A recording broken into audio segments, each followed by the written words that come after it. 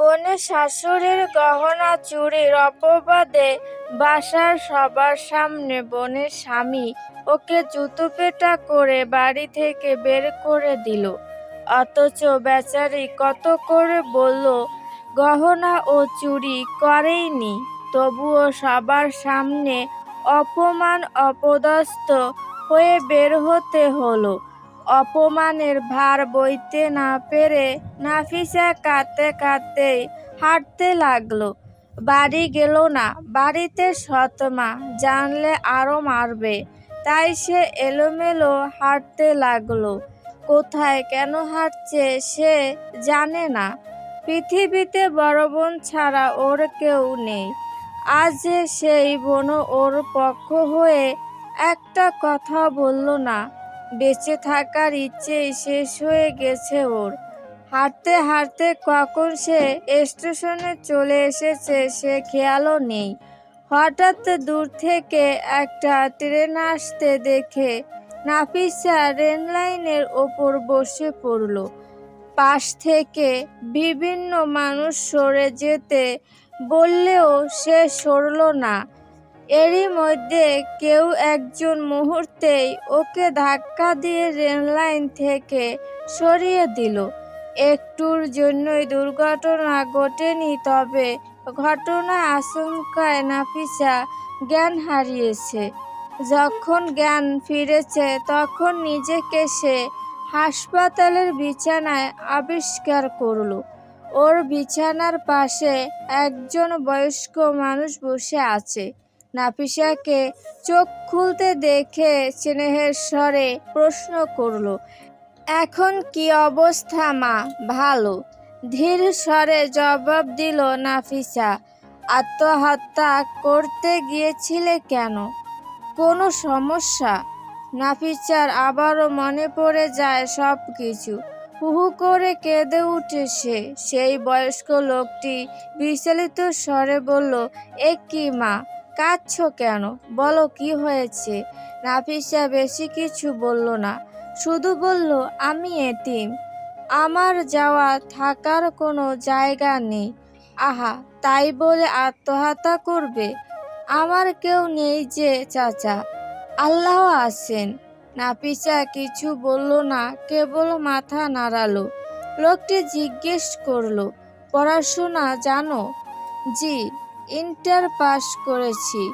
এতিমখানা থেকে পড়িয়েছে, সেখান থেকে বিয়ে দিতে চেয়েছে, তাই পালিয়েছি। বাহ, বেশ ভালো পড়াশোনা করেছো। কাজ করবে? কি কাজ? শহরে একটা বৃদ্ধাশ্রমে একজন লোক লাগে তাদের দেখভালের জন্য। বেতন 15,000, থাকা খাওয়া সেখানেই, করবে কাজ। নাফিসা রাজি হয়ে গেল সাথে সাথেই। হাসপাতাল থেকে বের হয়ে বয়স্ক লোকটি বললেন, আমার নাম আলিম হোসেন, তুমি আমাকে চাচা বলে ডাকবে। আচ্ছা চাচা। আলিম হোসেন নাফিসাকে নিয়ে শহরের বৃদ্ধাশ্রমে চলে এলেন। সবার সাথে নাফিসার পরিচয় করিয়ে দিয়ে ওকে একটা রুম দিয়ে বললেন, আজ থেকে এই ঘরে থাকবে তুমি। এখন ফ্রেশ হয়ে খাবার খেয়ে নাও। আজ তো রাত হয়ে গেছে, কাল সকালে তোমার কাজ বুঝিয়ে দেব। আচ্ছা চাচা। নাফিসা খাবার কোনো রকম একটু মুখে তুলে ঘরে চলে এলো। ওর ভীষণ রকম কান্না পাচ্ছে।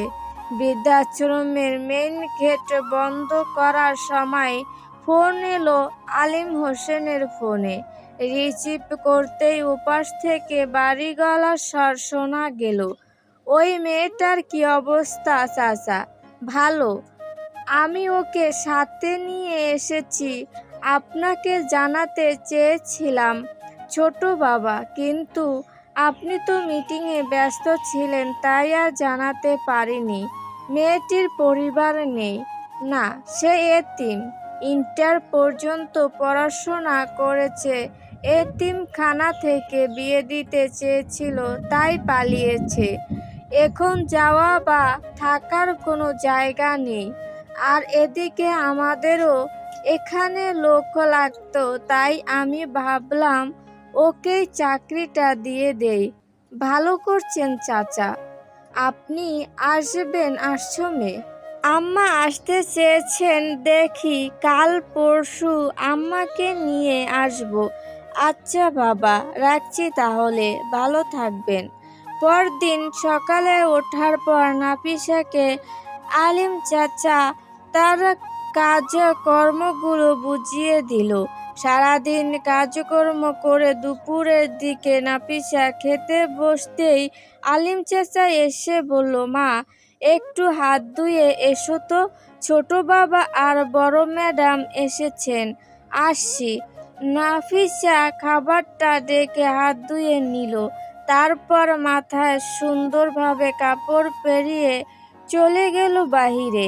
দুজন মানুষ এসেছেন, দেখতে তো ভীষণ উঁচু সম্ভ্রান্ত পরিবারের মনে হচ্ছে। এরাই হয়তো এতিমখানার মালিক।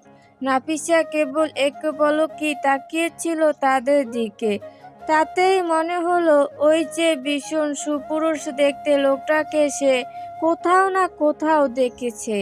কোথায় দেখছে এটাই মনে করতে পারছে না। বড় ম্যাডাম নামের মহিলাটি এই আশ্রমের মালিক, আর ওই লোকটার মা। চেহারায় মিল আছে। মহিলাটি ভীষণ ভালো মনের মানুষ। নাফিসাকে জড়িয়ে ধরে বলেছিলেন, শোনো মেয়ে, নিজেকে শেষ করে দিও না, বাঁচিয়ে রাখো। নিশ্চয়ই আল্লাহ তোমাকে ভালো দিন দেখাবেন। সেদিনগুলোর দেখার জন্য হলেও তোমাকে বাঁচতে হবে। জি ম্যাম। ম্যাম কিরে, চাচি, আন্টি, খালা বলতে পারিস না? মহিলাটির কথায় নাফিসার মনটা ভালো হয়ে গেল নিমেষেই। ওর ভীষণ লোভ, সারা জীবন কারো ভালোবাসা, একটু আদর, দুটো ভালো কথা শোনার লোভ। বৃদ্ধাশ্রমে বেশ কিছুক্ষণ কাটিয়ে তারা দুজনে চলে গেলেন।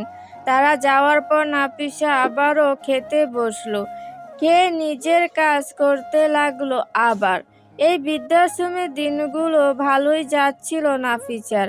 হঠাৎই আজ রাতে আলিম চাচা বলল, কাল একবার ছোট বাবাদের বাড়ি যেতে হবে তোমার। কেন চাচা? বড় সাহেবের মৃত্যুবার্ষিকী কাল। বড় ম্যাডাম যেতে বলেছেন তোমাকে। বৃদ্ধাশ্রমের জন্য খাবার পাঠাবেন, তুমি সকাল সকাল চলে যেও। আমি দুপুরে গিয়ে একসাথে খাবার নিয়ে আসব। আচ্ছা চাচা। নামাজ পড়ে নাফিসা বেরিয়ে গেল বড় ম্যাডামদের বাড়ির উদ্দেশ্যে। কেয়ারটেকার রহমান ওকে দিয়ে আসবে ওই বাড়িতে। বাড়ির প্রধান ফটকে এসেই নাফিসার মাথা ঘুরে গেল। এত বড় বাড়ি, এটা কি বাড়ি নাকি রাজপ্রাসাদ? নাফিসা গুটি গুটি পায়ে ঢুকলো বাড়িতে। কয়েকজন রান্নার যোগাযন্ত্র করছে। তাদেরই একজনকে জিজ্ঞেস করলো, ম্যাম কোথায়? মেয়েটা বলল, দোতলায় গিয়ে দেখতে। নাফিসা চারপাশে দেখতে দেখতে দোতলায় এসে পৌঁছলো। কিন্তু এতগুলো ঘরের মধ্যে কোনটা ম্যামের ঘর? ইতস্তত করতে করতে সিঁড়ির পাশের ঘরটা দরজাটা একটু ফাঁকা করে ভেতরে মাথা প্রবেশ করতেই মনে হলো ওর মাথায় বাজ পড়ছে। দ্রুত মাথাটা বের করে উল্লঙ্ঘার গতিতে সিঁড়ি বেয়ে নেমে এলো ও। এদিকে আজিজ হতভম্ব হয়ে গেল। দরজা খোলা ছিল, এটা খেয়ালই ছিল না ওর। তোয়ালেটা কোনো রকম কোমর পেঁচিয়ে দ্রুত দরজা খুলে বেরিয়ে আসতেই কাউকে দেখতে পেল না। মেয়েটা কি সব দেখে নিয়েছে? ভেতর ভেতর প্রচণ্ড উসখুস করছে ওর। মেয়েটাকে জিজ্ঞেস করা কি ঠিক হবে? নাফিসা বড় ম্যামকে নিচেই খুঁজে পেল। তিনি ওকে নাস্তা করে বৃদ্ধাশ্রমে মানুষের হিসাব দিতে বললেন।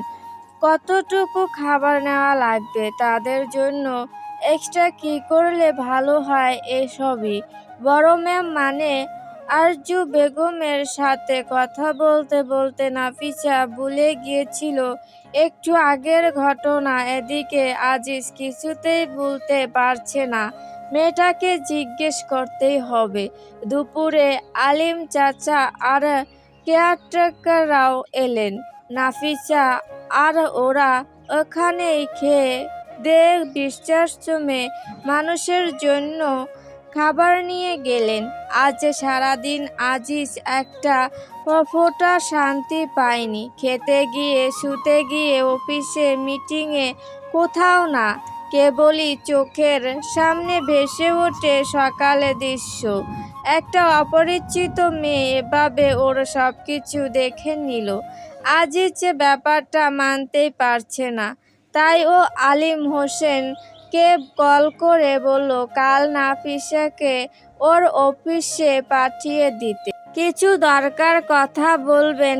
আলিম হোসেন নাফিসাকে কাল আজিজের অফিসে যেতে বলতেই ওর মুখটা পাংশুটে বর্ণ হয়ে গেল। লোকটা অফিসে ডেকে নিয়ে কি ওকে অপমান করবে, কাজ থেকে বের করে দেবে? কিন্তু ও তো এটা ইচ্ছা করে করেনি। পরদিন নাফিসা গেল আজিজের অফিসে। আজিজ তখন একটা মিটিংয়ে ছিল, তাই ও ওয়েটিং এ বসেছিল কিছুক্ষণ। মিটিং শেষ হতেই নাফিসাকে ওর অফিসে পাঠিয়ে দেওয়া হলো। ওকে দেখে আজিজ বাড়ির স্বরে বলল, আপনি আমার এত বড় ক্ষতি করছেন কেন? ইচ্ছে করে করিনি, ইচ্ছায় বা অনিচ্ছায় হোক করেছেন আপনি, শাস্তি তো পেতেই হবে। Sorry sir, not expect. তাহলে আপনারটাও দেখব আমি? কি?